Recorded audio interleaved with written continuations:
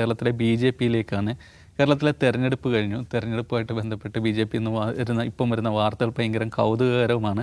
അതിനൊക്കെ തന്നെ BJPനെ അപകടത്തിലാക്കുന്നത് കൂടിയിട്ടാണ്. അതിൽ ആ നേതാക്കൾക്ക് ആശങ്കയില്ലെന്നേ ഉള്ളൂ. എന്താണ് കാരണമെന്ന് വെച്ചാൽ BJPയുടെ തെരഞ്ഞെടുപ്പ് ഫണ്ട് കേന്ദ്രം നൽകിയ അതിൻ്റെ അകത്ത് വലിയ രീതിയിൽ അതിൽ നേതാക്കൾ തന്നെ തട്ടിപ്പ് നടത്തിയായിട്ടുള്ള റിപ്പോർട്ടുകളാണ് ഓരോ ദിവസവും വരുന്നത്. അതിൽ ഓഡിറ്റ് നടത്തിയപ്പോൾ നൽകിയ തെരഞ്ഞെടുപ്പ് ഫണ്ടിൻ്റെ ഓഡിറ്റ് നടത്തിയപ്പോൾ 12 കോടിക്ക് കണക്കില്ല എന്നുള്ള വിവരം വന്നു. അതോടൊപ്പം തന്നെ ഇതുമായിട്ട് ബന്ധപ്പെട്ട് 3 പേർക്കെതിരെ നടപടിയെടുത്തു എന്നുള്ള വാർത്തകൾ വന്നു. അതേസമയം BJPയിലെ ഔദ്യോഗിക വിഭാഗം പറയുന്ന ഈ 3 പേർക്കെതിരെ നടപടിയെടുത്തിട്ടില്ല എന്നും മറ്റൊരു വിഭാഗം നടപടിയെടുത്തു എന്നും പറയുന്നു. രണ്ട് തരത്തിലുള്ള അവരുടെ ഇതുമായിട്ട് ബന്ധപ്പെട്ടിട്ടുള്ള കത്തുകൾ കൂടിയിട്ട് പുറത്തുവരികയുണ്ടായി. പിന്നീട് ഇതിനെ വിശദീകരിച്ചുകൊണ്ട് ഇവരെ സംസ്ഥാന പ്രസിഡന്റ് രാജീവ് ചന്ദ്രശേഖർ തന്നെ പുറത്തുവരികയുണ്ടായി. ഇതിൽ വെട്ടിപ്പടത്തിയിട്ടുള്ള കാര്യങ്ങൾ എന്തൊക്കെയാണെന്ന് വെച്ച് കഴിഞ്ഞാൽ ഇവരുടെ പ്രചാരണത്തിനായിട്ട് വാങ്ങിയിട്ടുള്ള കൊടി, തൊപ്പി, ഷാളുകൾ, അലങ്കാര വസ്തുക്കൾ, പിന്നെ ഈ മോദിയുടെ റോഡ് ഷോയ്ക്കുള്ള കട്ടൗട്ടുകൾ എന്നിവ വാങ്ങിയതിൽ BJPക്കകത്തുള്ള ആളുകൾ തന്നെ വലിയ തരത്തിലുള്ള കമ്മീഷൻ അടിച്ചു മാറ്റി എന്നുള്ള വിവരങ്ങളാണ് പുറത്തു വരുന്നത്. ഇത് വലിയ രീതിയിൽ BJPക്കകത്ത് തന്നെ ചർച്ചയായിട്ടുണ്ട്. ഇതിൽ മറ്റൊന്ന് BJP കേന്ദ്രത്തിൽ നിന്ന് നൽകിയ പതാകകളുണ്ട്, BJPയുടെ കൊടികൾ. അത് ഇവിടുത്തെ ഒരു സംസ്ഥാന നേതാവ് തന്നെ 2 ലക്ഷം രൂപയ്ക്ക് മണ്ഡലങ്ങളിലേക്ക് വിറ്റു എന്ന് കൂടിയിട്ടാണ് BJPനെ ആകെ ആശയക്കുഴപ്പത്തിലാക്കിയിരിക്കുന്ന ഇതിലേക്കാണ് അടുത്തത്. ജിംസ്, നമുക്ക് നേരത്തെ നടന്ന കൊടകര കുഴൽപ്പണം ഇതിനു മുമ്പുള്ള അറിയാമായിരുന്നു. ആ കേസും പിന്നെ ഒന്നുമായിട്ടില്ല, സുരേന്ദ്രൻ അതിൽ നിന്ന് ഊരിപ്പോവുകയും ബാക്കി അങ്ങനെ ഒരു രീതിയിലേക്കാണ് പോവുകയും ചെയ്തത്. ഇപ്പം വരുന്നതിൽ നടപടി എടുത്തു എന്നുള്ള ആരോപണം വരുന്നുണ്ട്. അതോടൊപ്പം തന്നെ മോദിയുടെ കട്ടൗട്ട് സ്ഥാപിക്കാനുള്ളതിൻ്റെ ബില്ലിൽ വരെ ഇരട്ടി തുക കാണിച്ചിട്ട് തട്ടുന്ന നേതാക്കളെ പുറത്തു വരുന്നു, അതിൻ്റെ വിവരങ്ങൾ വരുന്നു, കത്തുകൾ വരുന്നു. ഒരു വിഭാഗം വലിയ പൊട്ടിത്തെറിയിലേക്ക് നീങ്ങുന്നു. അന്വേഷണ കമ്മീഷനെ പാർട്ടി തന്നെ അതിൻ്റെ അകത്ത് വെക്കുന്നു. എന്താണ് സംഭവിച്ചുകൊണ്ടിരിക്കുന്നത്? 2014 മോദി അധികാരത്തിൽ വന്നതിന് ശേഷം BJP എന്ന പാർട്ടിക്ക് ഇന്ത്യയിൽ വലിയ തോതിലുള്ള ഫണ്ടുണ്ട്. നമുക്ക് എല്ലാവർക്കും അറിയാം. ഇലക്ട്രൽ ബോണ്ട് വഴി അല്ലാതെയൊക്കെ അവർക്ക് എത്ര ഫണ്ട് കിട്ടുന്നുണ്ട് എന്ന് എല്ലാവർക്കും അറിയാവുന്ന കാര്യമാണ്. അവരിൽ ധാരാളം പൈസയുണ്ട്, എനോർമസ് എമൗണ്ട് ഓഫ് മണി അവരുടെ കയ്യിലുണ്ട്. ഓക്കെ, സ്വാഭാവികമായിട്ട് ഓരോ സംസ്ഥാനത്തിനും അവർ തിരഞ്ഞെടുപ്പിൽ കണക്കിൽ കാണിച്ചുമല്ലാതെ കള്ളപ്പണവും വെളുത്ത പണവും ഒക്കെ എന്ത് ചെയ്യും, സംസ്ഥാനങ്ങൾ കൊടുക്കുന്നുണ്ട്. കള്ളപ്പണം വരുന്നുണ്ട് നമുക്കറിയാം. കാരണം ലിക്വിഡ് മണിയായിട്ട് കോടിക്കണക്കിന് രൂപ വരുന്നു. 400 കോടിയൊക്കെ വരിക എന്ന് പറഞ്ഞാൽ അത് കള്ളപ്പണം തന്നെയാണ്. പക്ഷേ BJP അതുകൊണ്ട് ED അന്വേഷിച്ച് വരില്ല എന്നവർക്ക് ധൈര്യമായിട്ട് ആ പണം ഉപയോഗിക്കുകയും ചെയ്യാം. 2 മണ്ഡലങ്ങളിൽ മത്സരിച്ച് ഹെലികോപ്റ്ററിൽ യാത്ര ചെയ്ത് മത്സരിച്ച സംസ്ഥാന അധ്യക്ഷനൊക്കെ ഉണ്ടായിരുന്ന പാർട്ടിയാണത്. അപ്പോൾ ചെറിയ പാർട്ടിയല്ല, അത് ഒരു വലിയ പാർട്ടിയാണ്, ഒരു കോർപ്പറേറ്റ് പോലത്തെ പാർട്ടിയാണ്. അമിതമായ പണം അവരുടെ കയ്യിലുണ്ട്. ഓക്കെ, ഇപ്പോൾ കേരളത്തെ സംബന്ധിച്ച് കേരളത്തിൽ ഇതൊരു പുതിയ കാര്യമല്ല. ഇതിൽ BJPക്കാർക്ക് ഒരു ഞെട്ടലുമില്ല. ഇങ്ങനെ പൈസ അടിച്ചു മാറ്റിയ ഒരുപാട് കഥകൾ അതിനു മുമ്പ് പുറത്തു വന്നിട്ടുണ്ട്. പക്ഷേ ഈ തവണ ഉണ്ടായ മാറ്റം എന്താണ്? ഈ തവണ അതിൽ പാർട്ടിയുടെ സംസ്ഥാന അധ്യക്ഷൻ അന്വേഷിക്കാൻ തീരുമാനിക്കുന്നു, ഒരു കമ്മീഷനെ നിയോഗിക്കുന്നു, ആളുകളെ കാണുന്നു, മൊഴിയെടുക്കുന്നു. ഇതിനു മുമ്പ് ഇങ്ങനെ നടന്നിട്ടില്ലേ? BJPയെ സംബന്ധിച്ച് BJP ഒന്ന് ആലോചിക്കുക, എത്രമാത്രം ബോറൻ ലൈഫാണ് ഒരു BJP പ്രവർത്തകൻ്റെ ഒരു നേതാവിൻ്റെ ഒന്ന് ആലോചിക്കുക. കേരളത്തിൽ ഇപ്പോൾ 82-ൽ BJP സ്ഥാപിതമായി. കേരളത്തിൽ 82 തൊട്ട് BJP ഉണ്ട്. എത്രയോ വർഷം അവർ തെരഞ്ഞെടുപ്പിൽ മത്സരിച്ചു. ഒരു 5000, 6000, 7000 വോട്ടിനപ്പുറത്തേക്ക് ഒരു മണ്ഡലത്തിലും പോകാണ്ടിരിക്കുക. 2014 ശേഷമാണ് ഒരു മുന്നോട്ട് പോക്ക്, ഒരു A ക്ലാസ് മണ്ഡലങ്ങളെന്ന് പറഞ്ഞുണ്ടാവുന്നത്.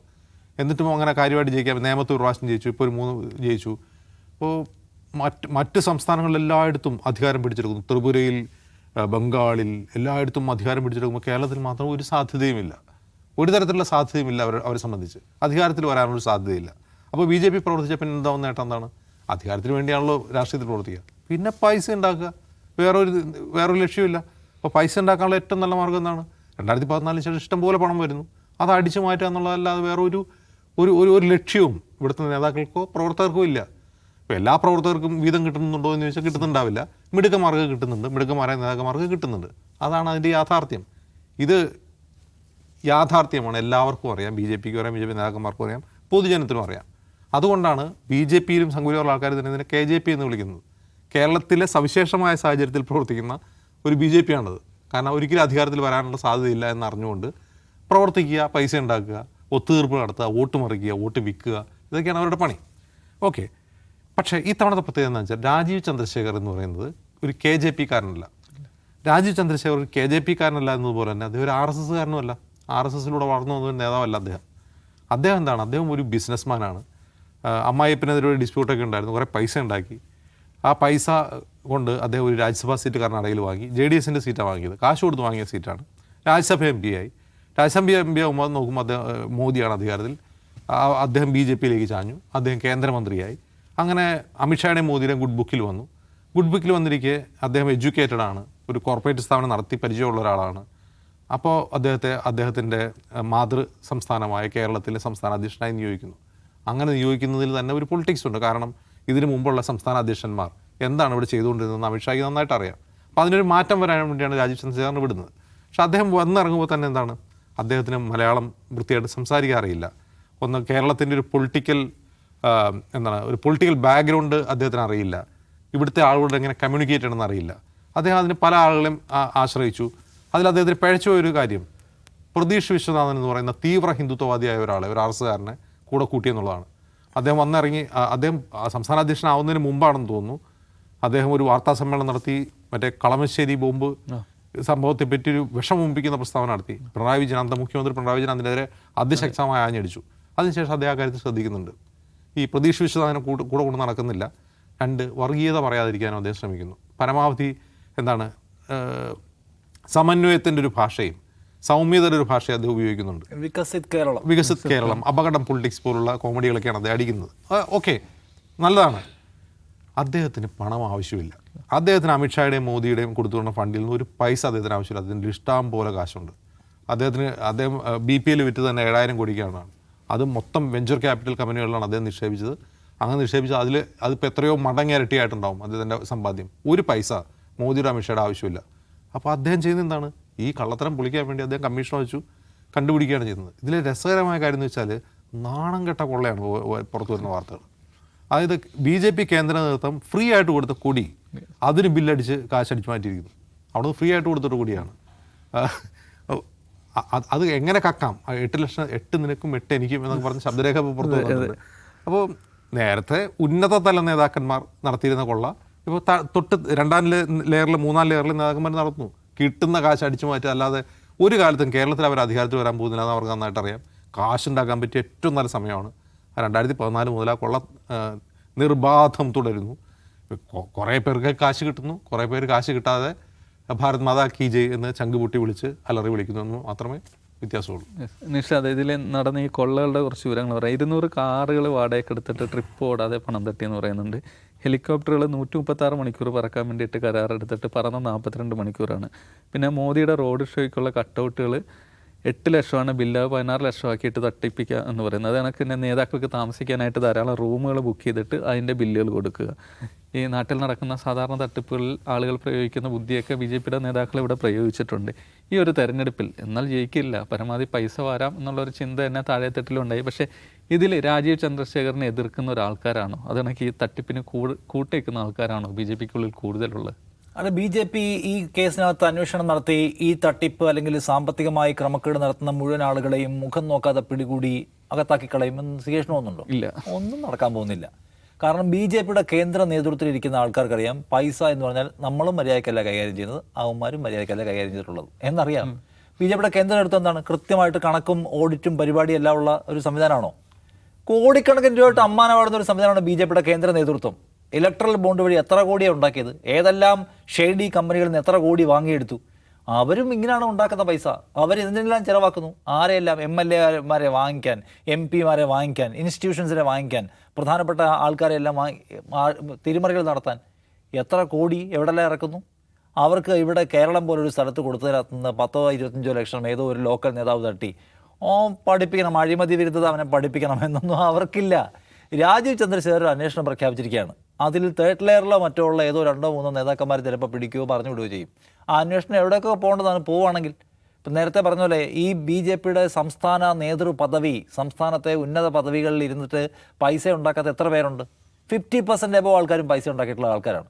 നിങ്ങൾ കേരളത്തിലെ പ്രധാനപ്പെട്ട BJP നേതാക്കളുടെ ഒരു 10-15 പേരുടെ പട്ടിക ഇറക്കുക. എന്നാൽ കഴിഞ്ഞ ഒരു 10 വർഷം മുമ്പ് അവരുടെ ഫിനാൻഷ്യൽ സ്റ്റാറ്റസ് എന്തായിരുന്നു, ഇപ്പം എത്രയാണ് എന്താണ് എന്ന് നോക്കുക.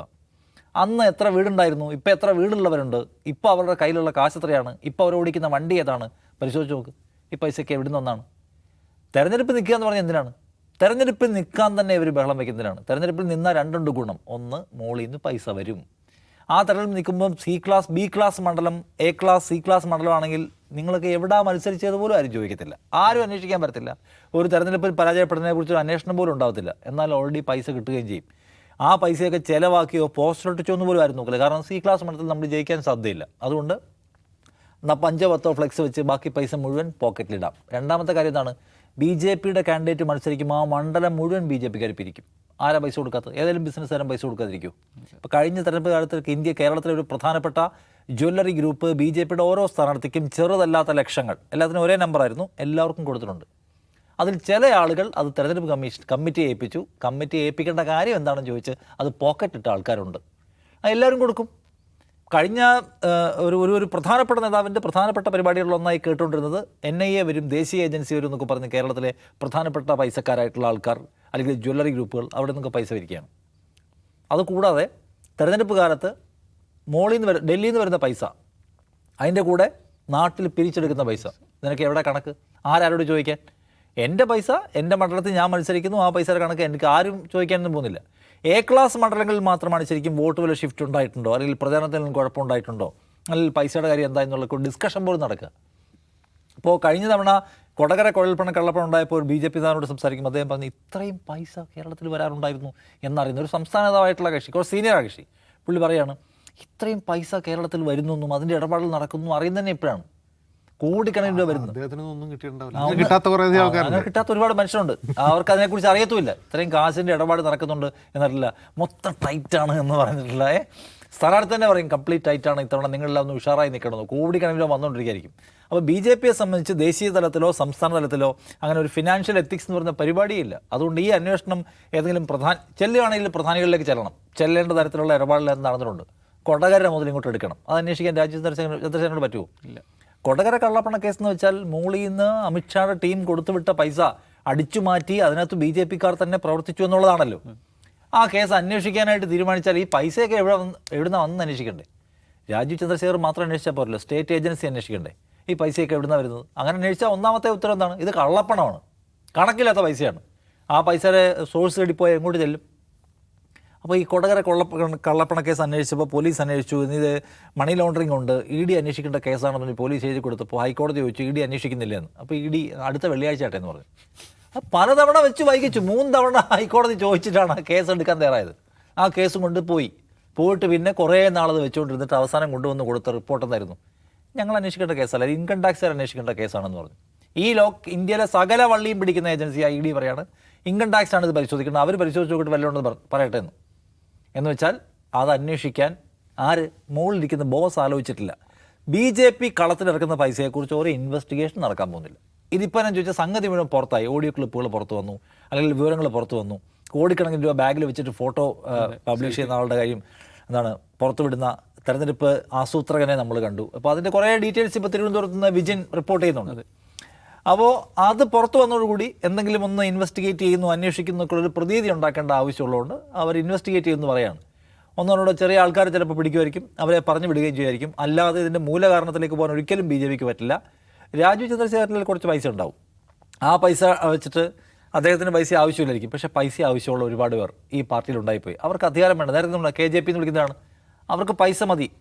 അബദ്ധവശാലോ അധികാരം കിട്ടിപ്പോയാൽ തീർന്നു, പിന്നെ ഈ പരിപാടിയൊന്നും നടക്കില്ല. അതുകൊണ്ട് അധികാരം ഒരിക്കലും വരരുത്, അധികാരത്തിന് വേണ്ടി ഞങ്ങൾ ആഗ്രഹിക്കുന്നു എന്നുള്ള ഫീൽ മാത്രം നിലനിർത്തിക്കൊണ്ട് പൈസ ഉണ്ടാക്കുക എന്നുള്ള പണിയാണ്.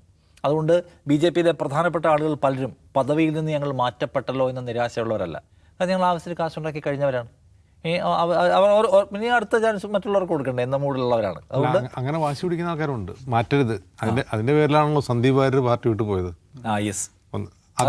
അതിലാരോപണ വിധേയനായ നേതാവ് സൈക്കിൾ ചവിട്ടി ഒരു ഫോട്ടോസ്റ്റാറ്റ് നടത്തിക്കൊണ്ടിരുന്ന മനുഷ്യരായിരുന്നു. ഇന്ന് അദ്ദേഹത്തിന് എത്ര കാറുണ്ട്, എത്ര കമ്പനികൾ ഡയറക്ടർഷിപ്പ് ഉണ്ടെന്നുള്ള അദ്ദേഹത്തിന് തന്നെ അറിയണ്ടാവും. അപ്പോൾ അതുകൊണ്ട് ഇതൊരു പണവടി യന്ത്രമാണ്. അപ്പോൾ അതുകൊണ്ട് അതിൻ്റെ മൂലകാരണത്തിലേക്കൊന്നും പോകാനോ ആളെ പിടിക്കാനൊന്നും രാജീവ്ജി വിചാരിച്ചാൽ നടക്കില്ല. അതിനകത്ത് നടന്നുകൊണ്ടിരിക്കുന്നത് വലിയ അപകടം പൊളിറ്റിക്സാണ്. അതെ, ഇതിൽ ഏതെങ്കിലും തരത്തിലുള്ള അന്വേഷണം ഉണ്ടായിട്ട് ഇതിൽ നേതാക്കന്മാർക്കെതിരെ നടപടി ഉണ്ടാകുമെന്ന് ഇതിലെ BJPയിലെ സാധാരണക്കാരായ പ്രവർത്തകർ കരുതുന്നുണ്ടെങ്കിൽ അവർ നിരാശപ്പെടാനാണ് ഏറ്റവും കൂടുതൽ സാധ്യത. ഈ തെരഞ്ഞെടുപ്പ് ഒരു സുവർണാവസരമായി നേതാക്കൾ കണക്കാക്കി, അല്ലെങ്കിൽ അവരതിൻ്റെ അകത്ത് മുതലെടുത്ത പോലെ നിങ്ങളും മുതലെടുക്കുക, അതേ പറയാനുള്ളൂ.